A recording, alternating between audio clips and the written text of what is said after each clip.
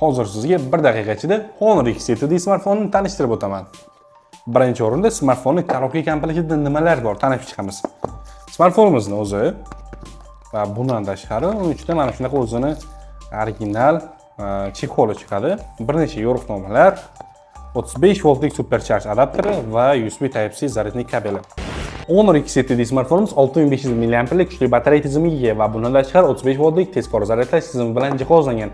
Smartfonimiz oldi qismiga o'tadigan bo'lsak, 677 dyumda Super AMOLED ekran bilan 120 Hz tezlikda ishlaydigan silliq va tiniq ekrandan siz foydalanishingiz mumkin. Va kameralarga o'tadigan bo'lsak, smartfonimiz orqa kamerasi, asosiy kamerasi 108 megapikseldan iborat va sun'iy intellekt bilan boyitilgan. Bundan tashqari smartfonimiz IP65 bilan jihozlangan, ya'ni bu smartfonni suv va changdan bemalol himoya qila oladi.